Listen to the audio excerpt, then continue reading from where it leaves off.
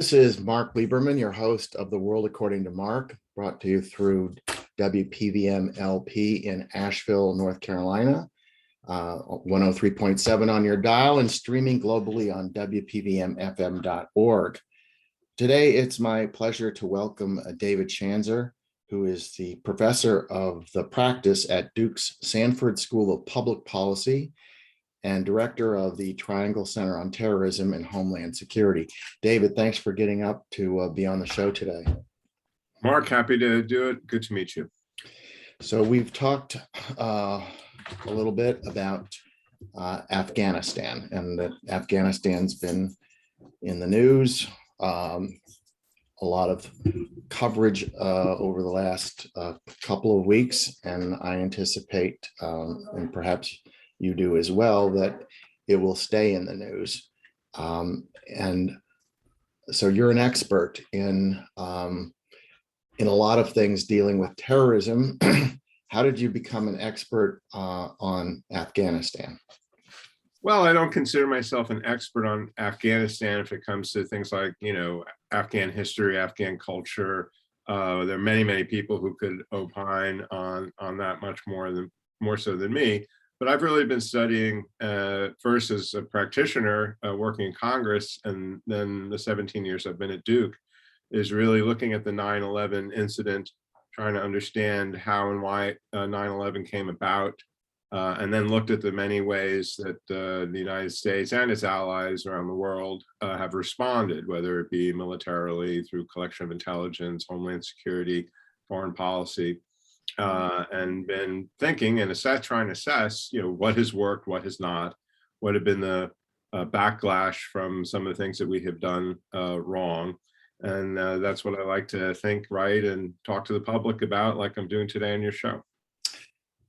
Well, tell us a little bit. I know you've had a government service, and you've been obviously involved in giving counsel, I think, to 2 or 3 of the presidents who have been in office while this whole Afghanistan thing has been unraveling, perhaps more at a strategic level early on. Tell us a little bit about that.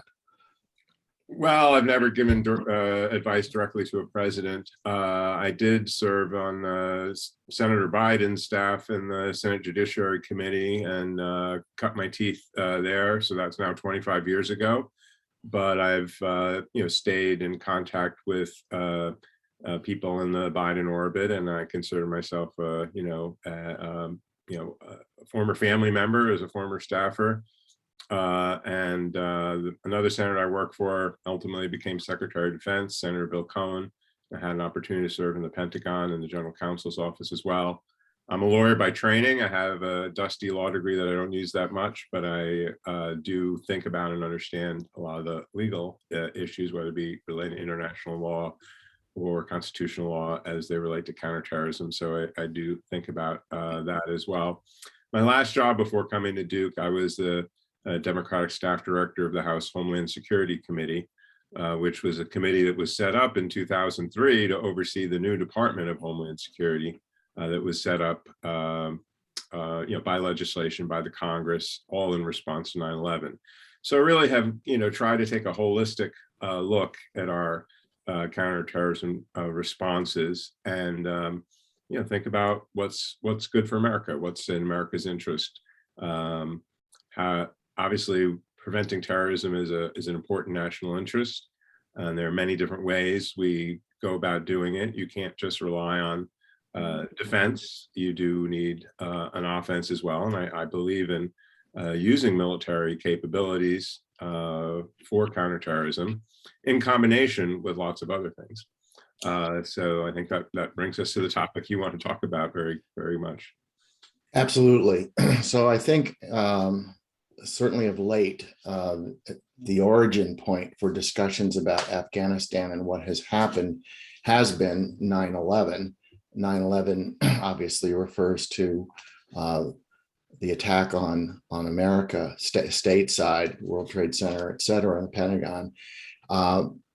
And our response to that ultimately involved, at least initially, going after those who our intelligence suggested were responsible, or at least partially responsible, for that terrorist attack. Is that something does that describe it? Because if that was the rationale for getting in, then we've got a lot of explaining to do as to why we have stayed there for so long. Yeah, let me just talk a little bit. I said I'm not an Afghan historian, but let me talk about a little bit about modern Afghan political military kind of history to kind of give the context there. So we know the Soviet Union actually invaded Afghanistan in 1979. Everybody will remember that Jimmy Carter was president and boycotted the Olympics in Russia because of that. Not that Afghanistan was a great ally of the United States at that point, but it was in response to that intervention. They stayed 10 years and were essentially defeated by a grassroots insurgency. It wasn't the Taliban of today, but it was not really unlike the Taliban. Of course, there were foreign fighters involved as well, who came to essentially try to oust the foreign invader into Muslim land. And one of those groups, that's where Al Qaeda essentially formed. Bin Laden comes. Al Qaeda, he created this safe place for people to come and transition into Afghanistan and Peshawar. And that's really how he cut his teeth on these kinds of military actions. And then there's a civil war, and ultimately the Taliban prevails and becomes the government I don't know the exact date, but we're talking about early 1990s. And they were a terrible, brutal, horrible regime in every respect. Reign of terror, blowing up religious shrines for anything other than this kind of strict Sunni fundamentalism that they believed in, a horrible treatment of women, mass executions, and so on. But despite all that, the United States, until 2001, never took military action to oust the Taliban. That was not seen as something that was necessary to protect our national interests. Of course, we didn't recognize the Taliban. We were united with much of the rest of the world in trying to isolate them, and also possibly support those that were agitating against them, various different kinds of movements, and so on throughout the 1990s. The one action that we did take when we tried to get Bin Laden was to try to hit one of the camps that we thought he was at with a cruise missile under the Clinton administration. Apparently a fairly near miss. But that's really the only military action we took pre 9/11. So it's undoubtable that it was the 9/11 attack, and you'll recall on September 20th, 2001, President Bush comes to the Congress and makes strict demands on the Taliban. He says, turn over Bin Laden, all the people who work with him, shut down all of the camps where people are training, or you will meet the same fate as Bin Laden. And the Taliban chose not to do that. They did harbor Bin Laden. They were clearly allied and supported what he was doing, even though they weren't necessarily directly involved in the specific execution of the terrorist attacks that Al Qaeda was planning and plotting from Afghanistan. So, I think I believe that our military action, the Taliban having failed to turn over the perpetrators of the 9/11 attacks, which was a perfectly legitimate request under international law to do. I think it was very fair for us to come in and intervene in an effort to essentially defend ourselves. It was a war of self-defense against those. And of course, 9/11 wasn't the first attack. The 1998 Kenya and Tanzania embassy bombings were planned by Al Qaeda from Afghanistan. The USS Cole bombing in 2000. 17 sailors killed and the destroyer almost sank, was planned by Bin Laden and Al Qaeda from Afghanistan. So our initial intervention, which was designed to, find and destroy Al Qaeda, at the very least, deny them the ability to have a safe haven plan and plot from Afghanistan, and ultimately required the removal of or the removal of the Taliban government, and that's what we did. And you might recall Kandahar, the last stronghold of the Taliban, fell, I believe, in mid-December, early December 2001. And the war had only started in early November. So it was just, or October, I'm sorry, but just a matter of months of fighting to defeat the Taliban and try to and wipe out most of Al Qaeda, except for some of the leadership that escaped through Tora Bora in the second week in December 2001. Well, I wanted to just touch for a moment on one thing you said before going past 9/11, so to speak. The Russians were there, I think, from 1979 for approximately 10 years. Correct. The United States was not just sitting on the sidelines watching, as I understand it. And I think your article that was in the Duke University Opinion and Analysis alluded to this. We were happy to have the Russians tied down in a war of attrition and being unsuccessful. And we presumably, and I don't know if you're privy to the intelligence, we presumably gave monetary aid and some kind of assistance to continue to fuel that fire, with the idea that to the extent that the Russians can be preoccupied with something, that keeps them from doing other mischief around the world. Is that I think both you and I have made the same mistake. This was the Soviet Union, not the Russians. Good. Okay. Both of us did that. It's just that's how we think about things these days. But it was a former Soviet Union. We have to understand that at that point, Afghanistan was a theater of the Cold War. So yes, anything that was distracting, tying, and eroding Soviet power was seen as in our interest as part of the Cold War. And yes, we funded and supported militarily. You can read the book or watch the movie with Julia Roberts and I think it's Tom Hanks, Charlie Wilson's War. It's interesting, another part of my career, I'll just diverge here. I ultimately, when I was working on the Homeland Security, my boss was a congressman from Texas, Jim Turner, who took the seat of Charlie Wilson in East Texas and was friends with him. But anyway, so you can read that book and understand and learn all about how ultimately Congress, through Congress, the administration, I guess the Reagan administration at the time, was convinced to provide a lot of financial and military support to entities that were Taliban-esque, called the Mujahideen, which really just means kind of local tribal fighters against the outside invader, which at that point was the Russians. Of course, before that, many decades earlier was the British and so on. And that's the part of the history of Afghanistan, is effectively fighting very hard against foreign invaders.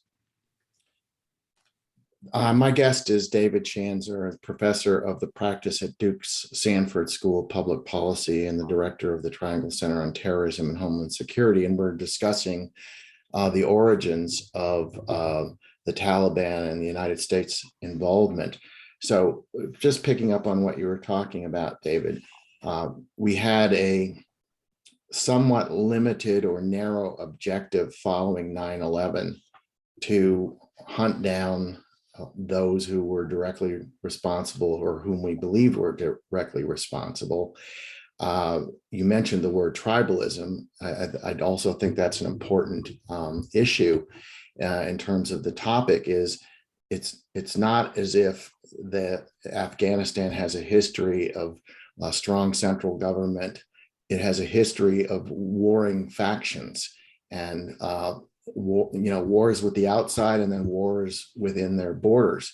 So we had an objective, which you say was understandable, reasonable, perhaps even laudable, to make, after demands were made for the Taliban to assist in going after Osama bin Laden and assisting in going against Al-Qaeda, which was considered to be the primary party responsible for the attacks on the United States. And when they resisted, knowing that we had obviously significant military strengths, we decided to go in there and do something. And apparently we were successful at doing something, meaning toppling Al-Qaeda and capturing and killing Osama bin Laden. Did that initial so-called success lead, however, to a series of miscalculations, forgetting the whole Russian experience, not appreciating the fragility and the corruption and the tribalism of Afghanistan, and leading us to stay there longer and changing our agenda as to what we were supposed to be doing there? Because it did seem eventually to morph into this idea of the United States can help Afghanistan become a stable country, possibly a democratic country, although that seems to be totally misguided. But did that initial success that you said was reasonable, did that somehow skew our vision and get us off on the wrong track post 9/11? Yeah, complex question. So let me try to pull a couple of the threads out. I talked a little bit about the historical context of the Taliban and its rise to power, but let's also understand 2001. The Berlin Wall falls in the early 90s, and the United States, is the sole superpower. Putin had come on the scene, I guess, but really Russia was still weak and unassertive. It's interesting. George W. Bush runs on having a more humble foreign policy, responding to some of Bill Clinton's nation-building efforts that he criticized, for example, in far-flung places where he said the United States didn't have interests, like Kosovo and elsewhere. But if you look at Bush's speeches, even during his campaign, and then he dives into this 2 feet, is that this is our moment. We have defeated communism, and this has led to the fall of the Berlin Wall and the creation of all these new democracies in Eastern Europe.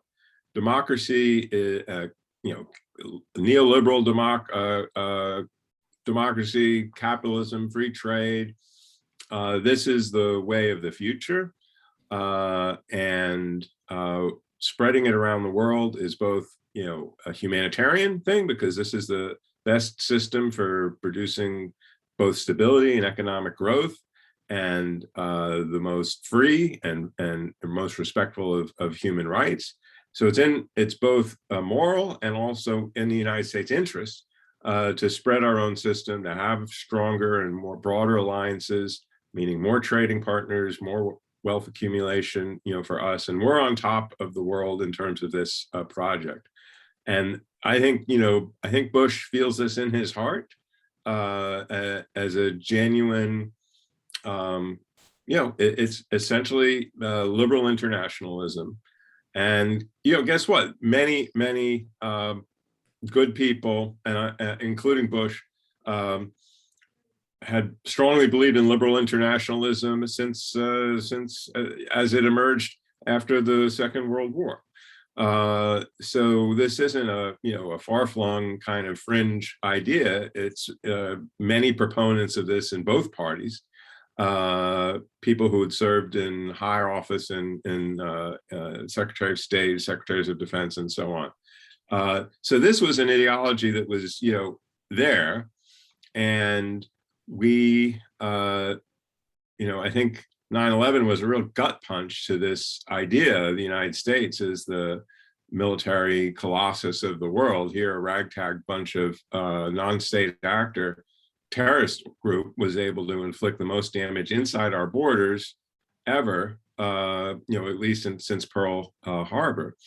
So it was a real gut punch to us that we had, been hit this way.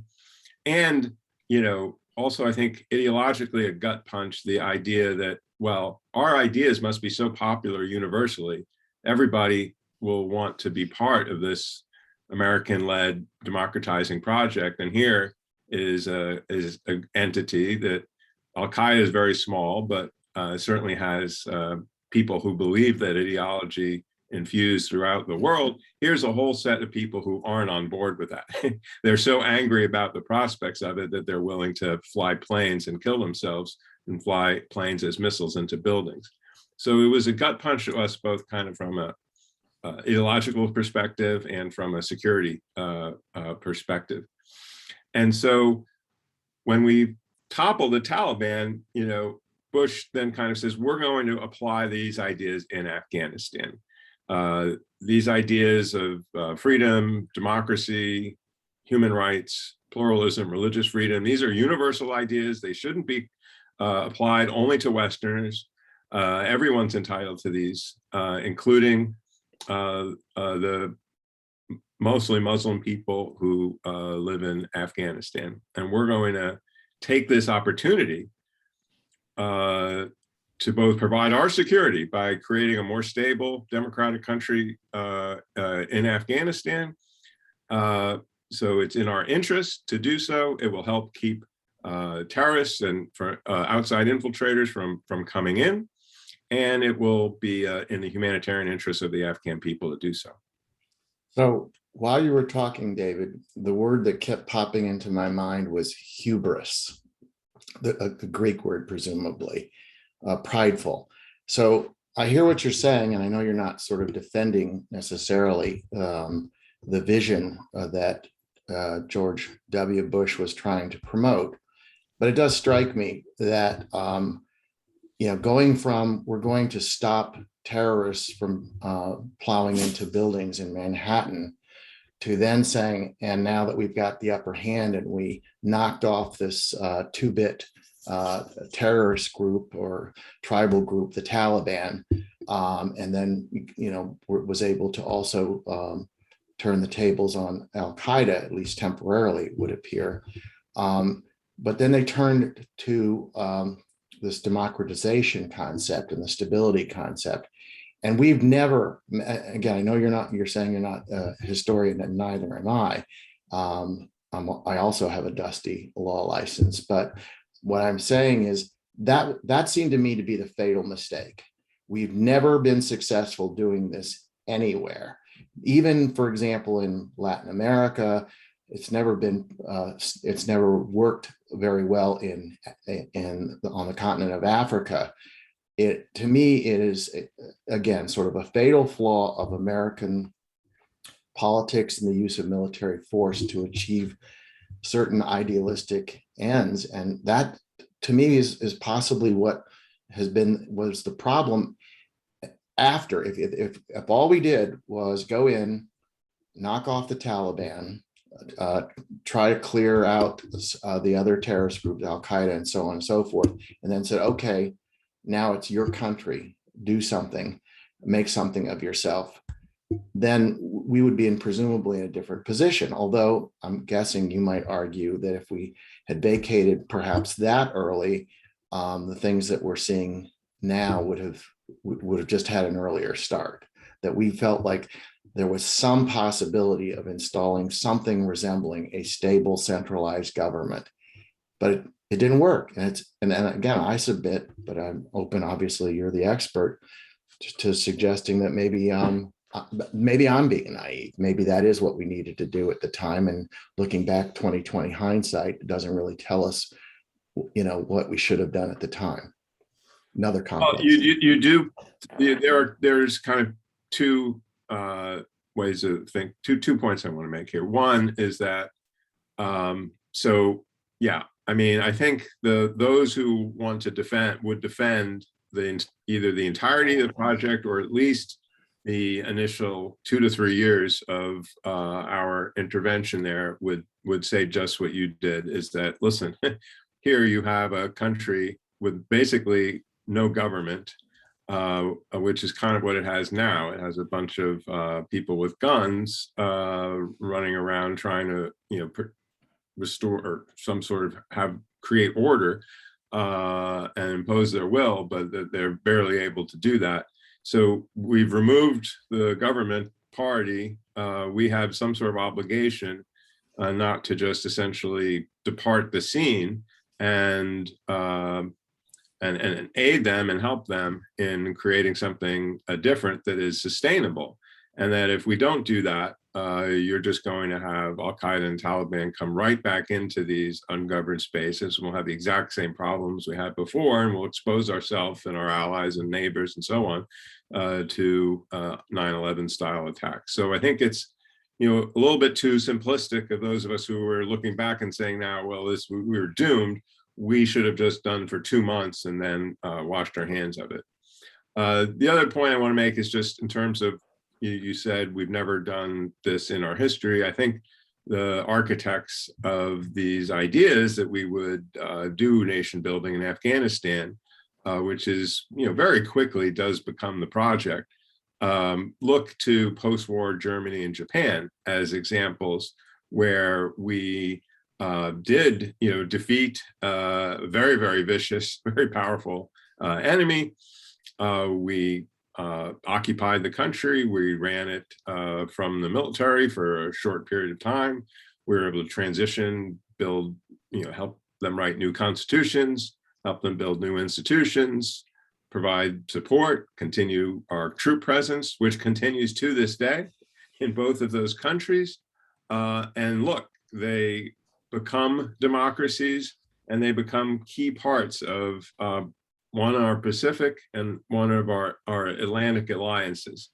And that was a tremendously great return on investment of US money, military, and even, there wasn't active fighting. The war was over. So we didn't have, insurgencies that we were needing to fight to provide that kind of stability. But first, for the first 5 years and until the Marshall Plan, kicks in, these were very unstable areas. So I think the architects looked at, why can't we do the same thing we did in Germany and Japan?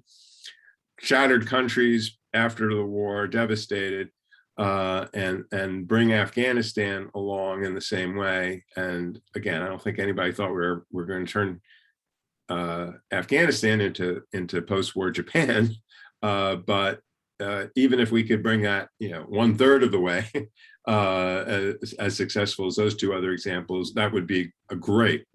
And so I think that was some of the thinking.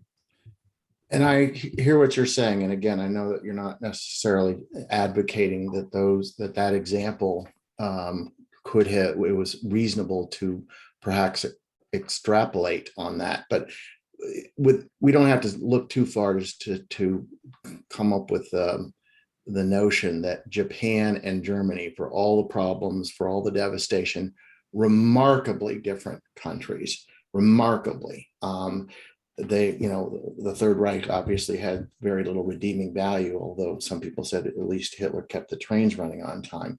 But two very different countries. I was reading, I think in your article, that Afghanistan in 2001 had a GDP which ranked it dead last of all the 195 countries that were surveyed. A country, again, that has been just a place where bad actors have always been fighting against each other, and you've had foreign intervention, which didn't help matters, whether it was China or Russia or Persians or whatever. Anybody that would still continue to believe today that we simply hit a bad spot in the road with Afghanistan, and it was legitimate for us to think that the post-World War II Marshall Plan and building up of Japan and Germany is a good model for anything that goes on in the Middle East, I think is thinking incorrectly. And it's not something that, I or anybody thought of today. I'm sure 2 years, 3 years, 5 years, 10 years, Vietnam is a better example, although obviously very dissimilar in many respects. We thought we could go and push around a ragtag band of North Vietnamese. We accounted for the fact that that China was going to get involved and so on and so forth, and we didn't do anything there. More recent example: what did we do in Iraq? We won something. We won something, but then we completely disempowered people, presumably from what I read, who could have lent more stability to Iraq.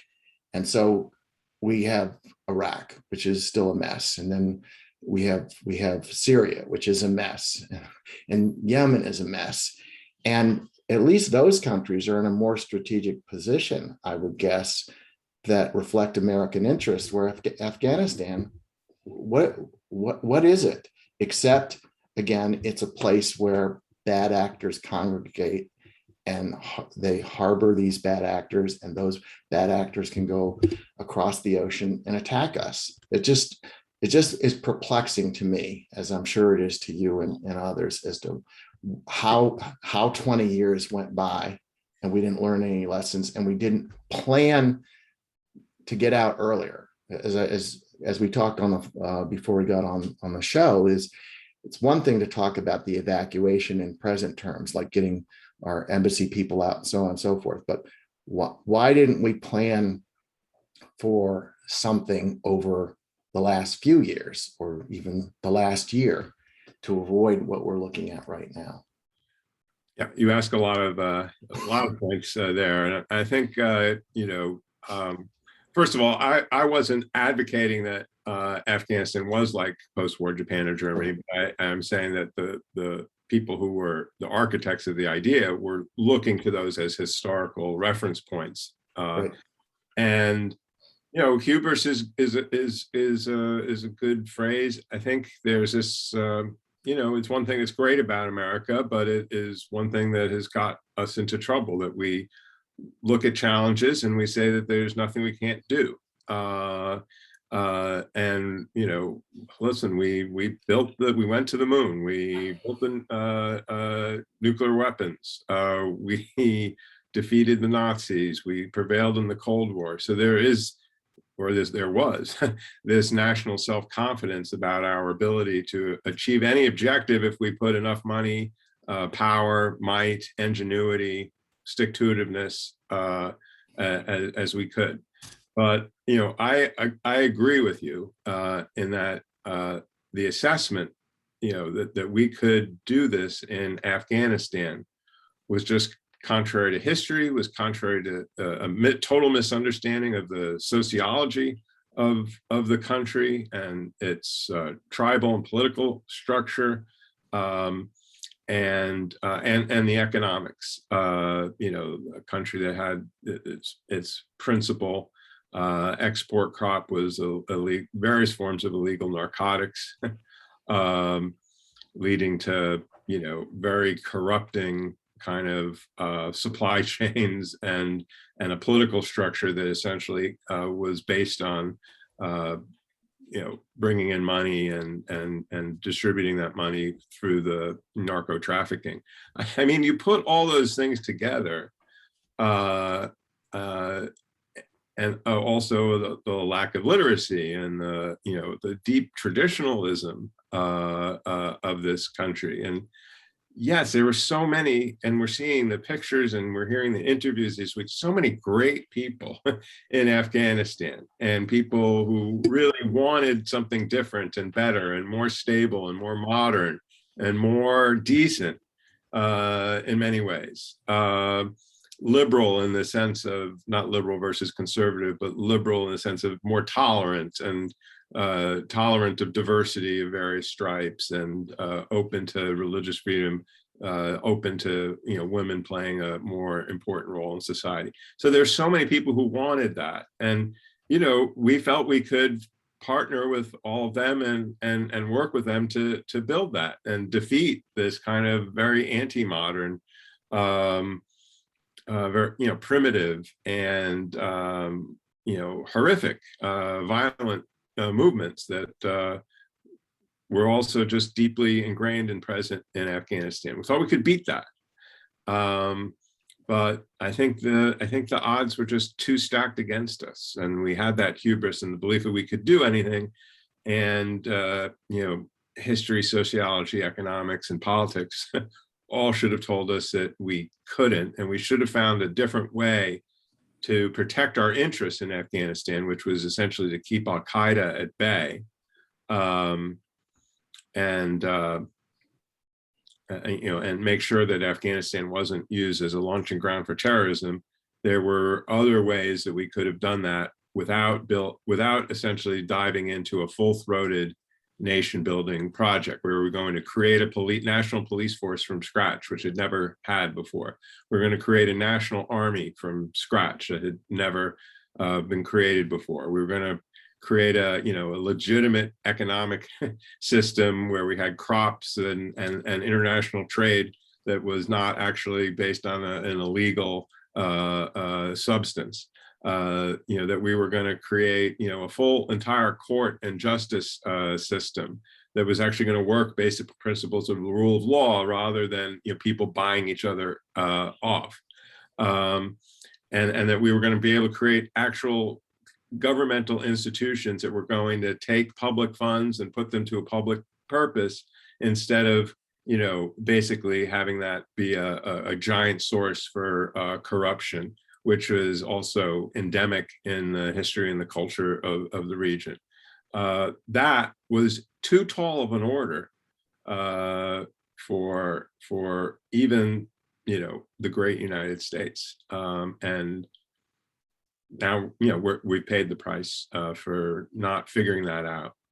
And as to your question about why we kept, why did it go for so long? Why didn't it get cut off earlier? And that's because of the insurgency of the Taliban. I think Obama wanted to get out. Yes. Trump wanted to get out, and now Biden wanted to get out. So that's 12 years. Bush was preoccupied with stabilizing Iraq and was just kept Afghanistan in a holding pattern until he could leave office. Bush's primary focus from 2003 on was the crisis in Iraq. So, Obama comes in, and I want to talk about this in more depth, but I'll let you respond. But so 8 years, 12 years under Obama and Trump with two presidents who wanted to get out. Biden wanted to get out, and he actually, was the one who did it. And the reason I think it kept extending is because both Obama and Trump didn't have the guts really to have the scenes of what's happened over the last 2 weeks, or it's really been just a week and a half, happen on their watch. Everybody knew that if we left, this government could not sustain itself. Nobody knew how quickly it would happen. Would it be 2 weeks? Would it be 8 months? Would it be 2 years? But I think everybody ultimately believed that the government was not going to be able to stand on its own. So even though people wanted, Obama administration and Trump wanted to get out, they didn't.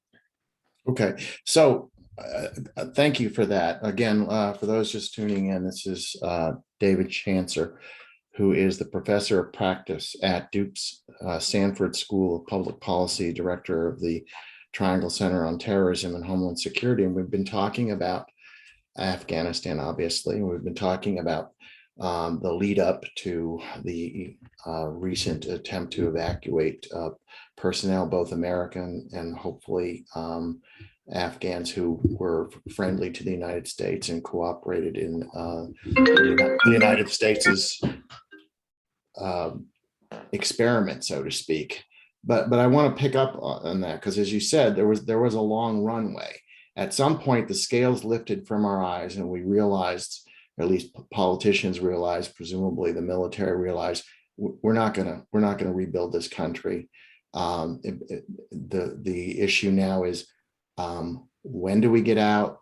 How soon do we get out? What can we potentially leave there to at least give the appearance that stability could be there for a long enough period of time, but not necessarily stability so we could say, yeah, we actually accomplished it. It seems like everybody wanted to run away. Everybody, I'm talking about in the Obama administration and in the Trump administration, we don't want to be tagged it while, you know, the place goes completely up in flames. So, because in one sense, whether the government of Afghanistan was able to remain in place for 2 weeks, 2 months, 6 months, even a year or two, none of that, I would submit, in your opinion, obviously, is paramount here, would have us be able to say a success. We at least got them, you know, to go on for a period of time, because success would presumably be they start some sort of a stable regime with all the elements that you were talking about before: stable military, stable system of government, justice, blah, blah, blah. But nobody really, again, it seems to me from the latter part of the Obama administration through the Trump administration, really cared to do anything except, as you say, not have it happen on their watch. And that seems to me to be that doesn't speak well for the United States. And hopefully there won't be a horrible continuation of atrocities there, but nobody can predict what's going to happen now that the Taliban is in control, although some people are trying to do that. But it seems to me, again, we're running away from a burning building that maybe we didn't set the fire, but we certainly kept the flames going, just to get far enough away to have plausible deniability. Doesn't seem like a good foreign policy. Well, I mean, I'm not going to go that far in terms of what I feel the motivations were of people, or what some thought were possible. You know, let's look at one of the historical reference points you said was Iraq. So in 2005, 2006, Iraq involved in it is a bad civil war. We're not talking about just an insurgency. We're talking about a religious-based civil war, and the country is being torn apart. And you know, Stan McChrystal and Petraeus come in, and Bush doubles down. And of course, Bush is not in his second term. He doesn't have to run for re-election. He decides to send more troops, and Iraq is brought back from the brink, right? Does it become a perfect country? We've seen in the history since then, you know, but the surge did work it didn't solve the political problems of Iraq or ultimately the security problems, but it did bring the violence down. And it did provide a modicum of stability as Bush was leaving office in 2000, ultimately 2009. So there's that. And then there's the Obama campaign of 2008, where he's basically, you know, in the primaries, he runs against Hillary Clinton as the anti-Iraq person, but to not, you know, you know, this is a person who had served, what, 4 years as a United States Senator, and prior to that, a state legislator, coming on the scene trying to say that he's going to be president of the United States. So he paints the Afghanistan war as the noble cause, the good war, compared to, you know, Iraq, which was a folly and should have never been pursued. Afghanistan had a noble purpose, which was to protect ourselves from Al-Qaeda. So, you know, he can't come into office and then just say, well, by the way, we're checking out of Afghanistan, after having said it was the good war that we have to win. You know, so I think he was very conflicted. But, you know, really, even after just a year in office, he ends up in a huge debate with the military that wants to essentially do a giant Iraq-style surge and do a full-throated counterinsurgency campaign that would require over 100,000 troops for an indefinite period of time in order to try to quell the Taliban insurgency. And not only do you have to do that militarily, but to have a successful counterinsurgency, you have to build up a decent, legitimate government that then the forces that you build will then rally behind. So it's two-phase. It's using military to fight against the insurgents, and also creating something different, an alternative, a really strong, noble, decent government that people can rally behind, and ultimately that can push the insurgency out and create stability.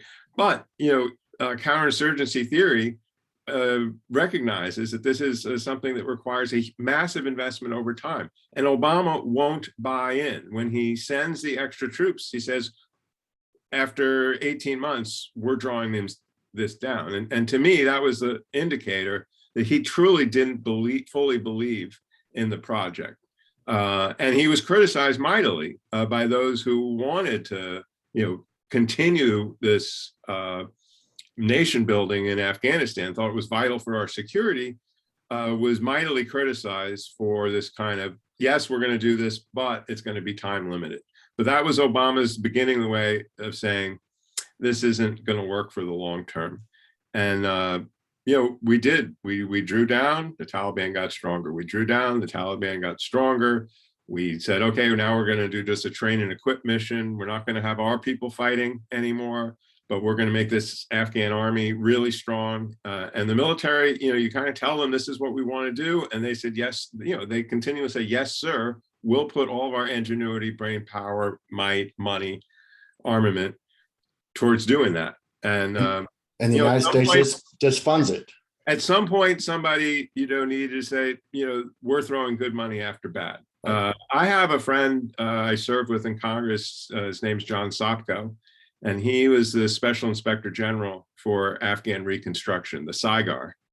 And I have a bookcase behind me over here, and you could fill that bookcase with reports from the SIGAR explaining, and he was looking how every penny that was being spent in Afghanistan, where it was going, what it was going to, and the policies and so on. And there is a library worth of reports from them that showing that this project, we knew it was failing from over a decade ago. Okay, so we were auditing it. It's not like when we knew the money was being misspent. Let's just use the word corruption, because it's come out now that one of the reasons the quote Afghan army didn't stand up was because they were angry at the government at the time for basically putting them at risk and not funding these the efforts. So it was no surprise. But we skipped over briefly Trump, and I just want to cover that if we can for a few minutes. So now we have the Republicans pointing the finger at Biden, and obviously, again, it's been well covered. The evacuation, the lead up to it, the apparent lack of planning or not good planning, the apparent lack of intelligence or not good intelligence, all of that led to a sort of a devastating quote evacuation, and we're still seeing the results of that. And maybe ultimately they'll get enough Afghans out. Maybe the Taliban will stop going door to door, hitting people over the head. But there's really no reason to be optimistic about that. But Trump decided he also didn't want us to be in Afghanistan because he didn't have any interest in it. He didn't think it was a good idea. He ran against America's endless wars. But then he made a huge mistake, it would appear, which is he tried to craft sort of a special deal with the Taliban. He was going to invite them to Camp David and so on and so forth. And at best, he didn't do any harm, but he probably did create a bad setup for Biden coming in to try to pick up the pieces. Actually, I think it's worse than that, frankly. So what's this project we're involved in? So Trump takes office in 2016. Now we've been there for 15 years. I'm sorry, January 2017. So we're trying to build up the Afghan government so we can draw down, and both the government and most importantly, the police and the army, 300,000 strong, larger than some of our NATO allies, can defeat this insurgency that doesn't have, they've got a lot of weapons, but they certainly don't have an air force. They don't have helicopters, bombers. They don't have large tanks. So we create a modern army, and so the whole project is designed to provide some legitimacy and heft behind the government. And Trump wants to get out. That's part of his kind of political ideology, and indeed, he's got the support of the American people in that regard. The polls show that 75% and bipartisan majorities. Not a single Democrat in 2020 of the 21 candidates, was it? Not a single one was advocating to stay in Afghanistan. So, but what does Trump do? Instead of trying to essentially broker peace negotiations between the government that we support, we're on the government side. Instead of trying to force the parties to a table and say, listen, we're gonna keep supporting this government until you guys can come up with some sort of negotiated settlement, a power sharing arrangement that's going to provide some sort of stability, end the civil war with enforcement mechanisms, with financial incentives to create some sort of lasting peace, bring in international institutions, other governments, neighbors to support whatever that agreement, kind of like the Dayton Accords, where you had, Muslims, you had people who were at a blood feud for huge numbers of decades. And that peace, it hasn't been great, but it stuck, right? So you could have done a lot of things. And who does he go and negotiate with? He legitimizes the Taliban. And it's fascinating. Go read the agreement. They won't, every time they refer to the Taliban, they have to call it the Islamic Emirate of the nation of the Islamic Emirate, which the United States does not recognize in a nation, and we call the Taliban. It's literally a sentence-long label it's this entity that we think confers statehood on a bunch of terrorists. It's so heinous that we won't even recognize their name. Yet he legitimizes them and does a deal with them that freezes out the Afghan government. The Afghan government's not even part of they don't even get a seat at the table. There's nothing in the agreement that forces the Taliban to engage in peace negotiations.